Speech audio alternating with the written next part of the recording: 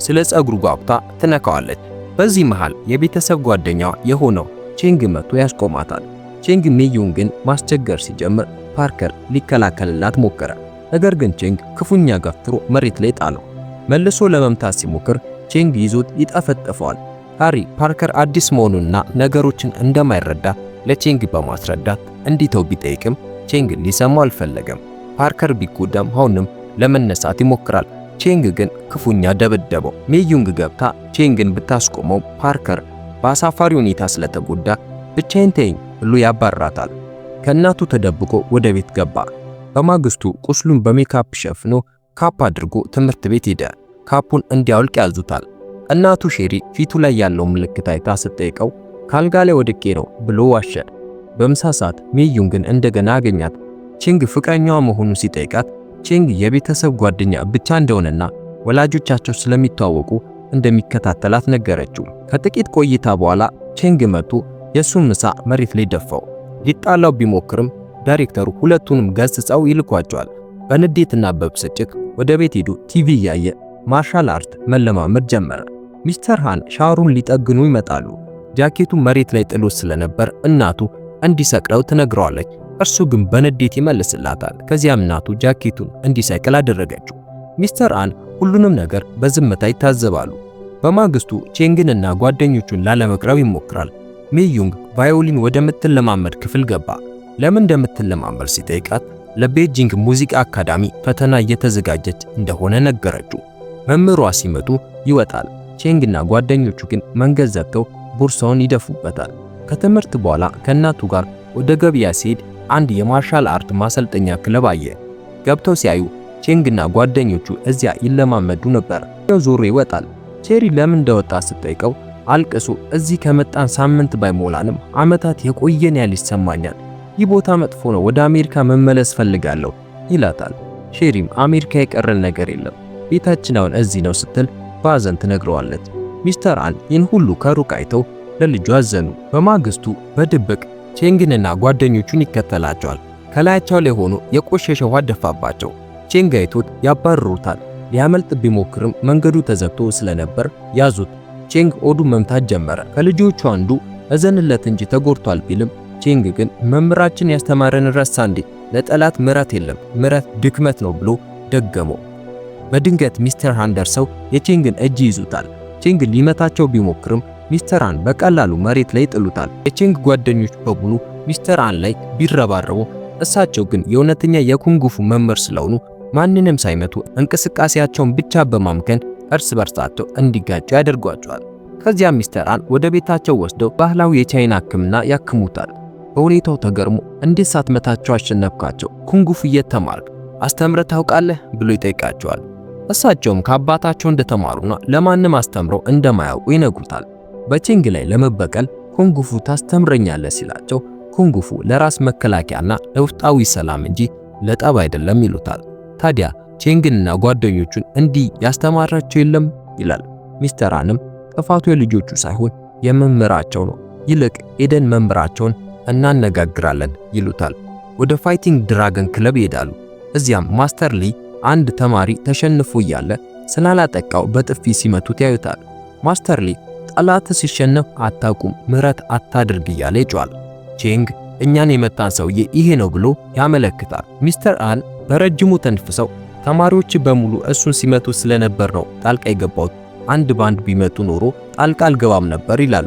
ማስተር ሊ ፓርከር አሁኑኑ ከቼንግ ጋር እንዲፋለም ይጠይቃሉ። ሚስተር ሃን ግን እምቢ ብለው ይዘውት ሊወጡ ሲሉ ማስተር ሊ ያስቆማቸዋል። በተማሪዎች ጣልቃ ገብተ ዝም ብላ አትወጣም፣ አንዱ መፋለም አለበት ይላቸዋል። ሚስተር ሃንም ይጋጠማሉ፣ ግን በውድድሩ ላይ ብቻ ነው ብለው ተስማሙ። እስከዚያው ድረስ ተማሪዎች ሊያስቸግሩት አይገባም ሲሉ ሚስተር ሃን ተናገሩ። ማስተር ሊም እስከ ውድድሩ ድረስ ተማሪዎቹ እንዳይነኩት አዘዘ። ከዚያ ሚስተር ሃንን ካልመጣችሁ ግን ሁለታችሁንም ዋጋ አስከፍላችኋለሁ ሲል አስጠነቀቃቸው። ሚስተር ሃን ፓርከርን ይዘው ወጡ። በድንጋጤ ምንድነው ያደረገው? ቼንግ በፊት በድብቅ ነበር የሚመታኝ፣ አሁን ግን ባንተ ምክንያት በውድድሩ ላይ በሰዎች ሁሉ ፊት ሊያጠፋኝ ነው። በሱ የኩንጉፉ ችሎታ እንዴት ልወዳደረው እችላለሁ አላቸው። ሚስተር ሃንም ያ ሰው የሚያስተምረው ኩንጉፉን ሳይሆን ፣ 「 ጨካኝነትን ነው። ምንም አትጨነቅ፣ እውነተኛ ኩንጉፉ እኔ አስተምራለሁ አሉት። በዚያም በጣም ተደሰተ። በማግስቱ ጠዋት ቀድሞ ተነስቶ ወደ ሚስተር አን ቤት ሮጠ። ሊያስደምማቸው ብሎ ተራ የሆኑ እንቅስቃሴዎችን ሲያሳይ የአበባ ማስቀመጫ ተሰበረ። ሚስተር አን አንድ የእንጨት ምሰሶ አቆሙና ጃኬቱን በላዩ ላይ እንዲሰቅል ነገሩት። እሱም ትዕዛዙን ፈጸመ። ከዚያም ጃኬቱን እንዲያወርድና እንዲለብስ መልሶ ደግሞ እንዲሰቅል ደጋግሞ አዘዙት። ይህን ለምን እንደሚያደርግ ባይገባው ሌላ አማራጭ ስለሌለው ስራውን ደጋግሞ ሰራ። ከልምምድ በኋላ ወደ ቤት ሲመለስ ጃኬቱን በስርዓት ሰቀለ። እናቱ ይህን አድርጎ ስለማያውቅ በጣም ተገረመች። በማግስቱ ትምህርት ቤት ሜዩንግ ለፓርከር ስለ ፍቅረኛሞች ቀን ባህል ነገረችውና በዓሉን አብሮ እንዲያሳልፉ ጋበዘችው። ከትምህርት በኋላ ወደ ልምምድ ሲሄድ ጃኬቱን ለመደበቅ ሞከረ። ሚስተር አን ግን አስቀድመው አውቀው ነበር። ዝናብ እየዘነበ እንኳ ጃኬቱን የመልበስና የማውለቅ ልምምድ አስቀጠሉ። በመጨረሻም አሁን ገባኝ፣ እናቴን እንዳከብር እያስተማርከኝ ነው አለው። በዚህ መሃል ሼሪ ለባሉ እንደዘገዩና ለሚስተር አንም ትኬት እንደገዛችላቸው ለመንገር መጣች። ሚስተር አን መጀመሪያ ባይፈልጉም ሼሪ አጥብቃ ስለጠየቀቻቸው አብረው ሄዱ። በባሉ ላይ ከሰበብ ፈጥሮ ወደ ጥላ ቲያትሩ ሄደ። እዚያም ሜዩንግን አግኝቶ የሙዚቃ ሲዲ በስጦታ ሰጣት። አንቺ ውድድሬን ለማየት ከመጣሽ እኔ ደግሞ ለሙዚቃ ፈተናሽ እመጣለሁ ብሎ ቃል ገባላት። እርስ በርሳቸው መዋደዳቸው ይታወቅ ነበር። በስክሪኑ ላይ ጥላቸው ሲሳሳም ይታያል። በማግስቱ ልምምድ ላይ እንደገና ጃኬቱን እንዲለብስ ሲታዘዝ ትዕግስቱ ተሟጠጠ። ይህ ጃኬት ቼንግን ለማሸነፍ ምን ይረዳኛል ብሎ ሊወጣ ሲል ሚስተር አን ጃኬቱን እንዲለብስ አዘዙት። ሊለብስ ሲል ሚስተር አን በድንገት አጠቁት። ነገር ግን በዚህ ጊዜ የጃኬቱን እንቅስቃሴዎች ተጠቅሞ ጥቃቱን በሙሉ ማምከን ቻለ።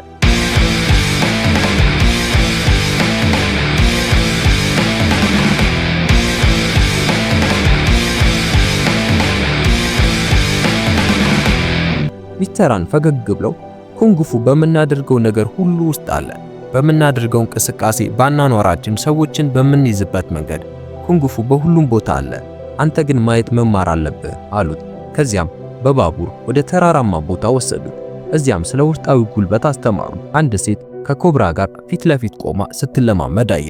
ሚስተር አን ወደ ድራገን ዌል ወሰደው። ይህ አስማታዊ ውሃ ነው፣ ማንም አያሸንፍም አሉት። ጠጣ። ሴቲቱ እንዴት እባቡን እንደተቆጣጠረችው ሲጠይቃቸው እሷ እባቡን አልመሰለችው፣ እባቡ ነው እሷን የነበረው። ምክንያቱም እሷ እንደረጋ ውሃ ስለነበረች እባቡ የራሱን ነጸብራቅ በሷ ውስጥ አይቷል አሉት። እሱም የኮብራውን እንቅስቃሴ ለመማር ጓጓ። ወደ ቤት ሲመለሱ በድካም በሚስተር አን ትከሻ ላይ ተኝቶ ነበር። ሚስተር አንም ተሸክመውት ገቡ። በኮብራው እንቅስቃሴ ተመሰጠ። ልምምዱ ቀጠለ። አንድ ቀን ግን ሚስተር አን ገመድ በጣም ከሳኮ ይበጠሳል፣ ነገ ማረፍ አለብህ አሉት። በማግስቱ ሜዩንግን አገኛት። የሙዚቃ ፈተና ስላለባት ተጨንቃ ነበር። ሊያዝናናት ብሎ ከትምህርት ቤት ቀርተው አብረው ዋሉ።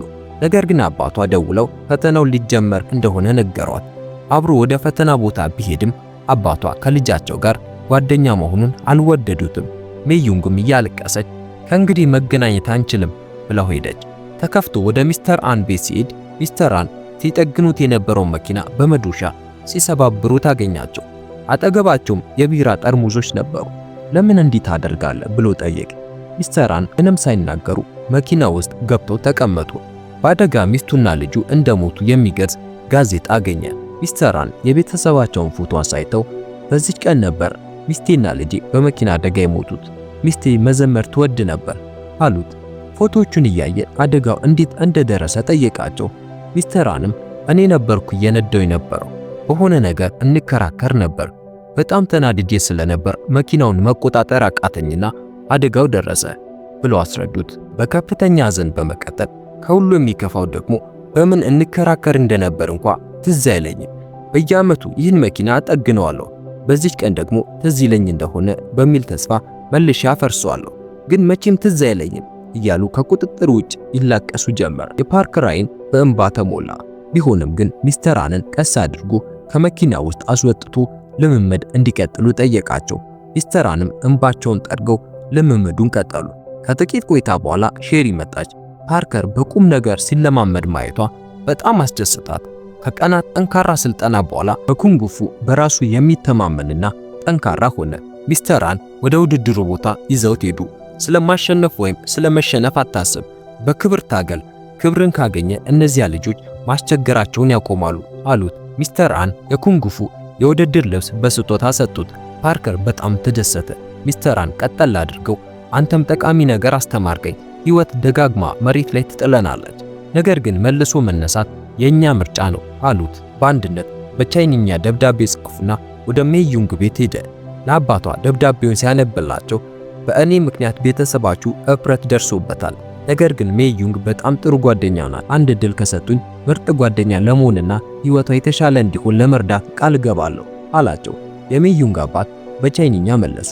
ሜዩንግን በፈገግታ ድድርህ እንደማይ ቃል ገብቼልህ ነበር፣ በእኛ ቤተሰብ ደግሞ ቃል አይታጠፍም፣ ስለዚህ መጥቼ አይሃለሁ ብለዋል ስትል ተረጎመችለት። ፓርከር በደስታ ተዋጠ።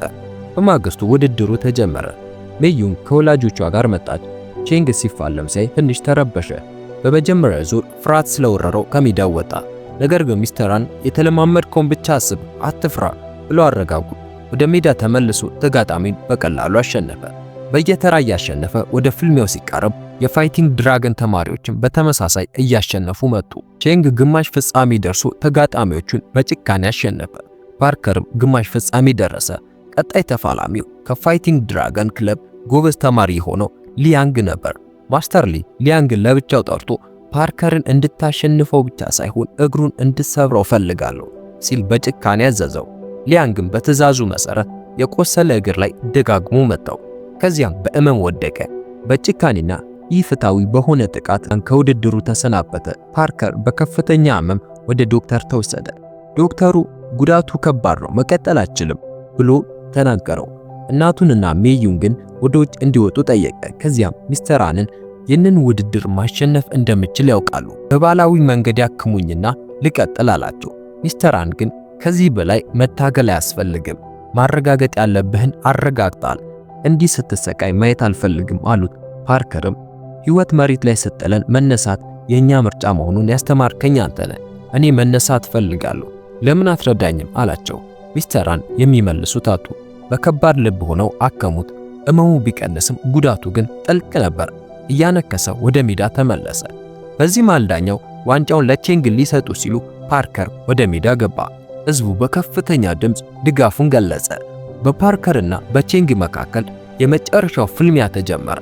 መጀመሪያ ላይ በድፍረት ቢታገልም ቼንግ ገፍትሮ ከሜዳ አወጣው። እሱ እየተሳበም ቢሆን ተነስቶ ተመለሰ። በዚህ ጊዜ ቼንግን 2 ጊዜ አከታትሎ በመምታት 2 ነጥብ አገኘ። ማስተር ሊ በንዴት ቼንግን ጠርቶ እግሩን ስበረው ብሎ በሹክሹክታ አዘዘው። ቼንግ ደነገጠ። በውድድሩ ሕግ መሰረት እየታገለ ነበር። አሁን ግን መምህሩ በከባድ ሁኔታ እንዲጎዳው እያዘዘው ነው። ቼንግ አማራጭ በማጣቱ የፓርከርን የተጎዳ እግር ደገመው። አሁን ነጥባቸው እኩል ሆነ። 1 ነጥብ ብቻ ሻምፒዮንን ይለየዋል። ፓርከር ሊቋቋሙ የማይችለው እመም ውስጥ ነበረ። ሁለት እግሩ መቆም ስላልቻለ ወደ ኮብራ አቋም ተቀየረ። ሚስተር አን በሁኔታው ተገረሙ። ሙሉ በሙሉ ረጋ ብሎ አንገቱን ወደ ግራና ቀኝ መነቅነቅ ጀመረ። ቼንግ ሳያውቀው እንቅስቃሴውን መከተል ጀመረ። በድንገት ቼንግ ወደፊት ሲመጣ ጥቃቱን አምክኖ በአየር ላይ ተገልብጦ የቼንግን ፊት በኃይል ረገጠው። ቼንግ መሬት ላይ ወደቀ። ፓርከር ውድድሩን አሸነፈ። ሜዳው በጭብጨባና በደስታ ተናወጠ። በከፍተኛ የክብር ስሜት ቼንግ የሻምፒዮንነቱን ዋንጫ ተቀብሎ ለራሱ ለፓርከር ሰጠው። ፓርከር በኩራት ተቀበለ። ቼንግና ጓደኞቹ በሚስተር አን ፊት በአክብሮት እጅ ነስተው ማስተር አሏቸው። ሚስተር አን እና ፓርከር ተያዩ። ሁለቱም ፈገግ አሉ። ሁለቱም በድሉ ብቻ ሳይሆን በጉዟቸው ባገኙት ክብር፣ ድፍረትና አክብሮት ኮሩ። ከወደዳችሁት ላይክ አድርጉልኝ። ሰብስክራይብ በማድረግ በየቀኑ በእንደዚህ አይነት አዲስ ፊልም እንገናኝ።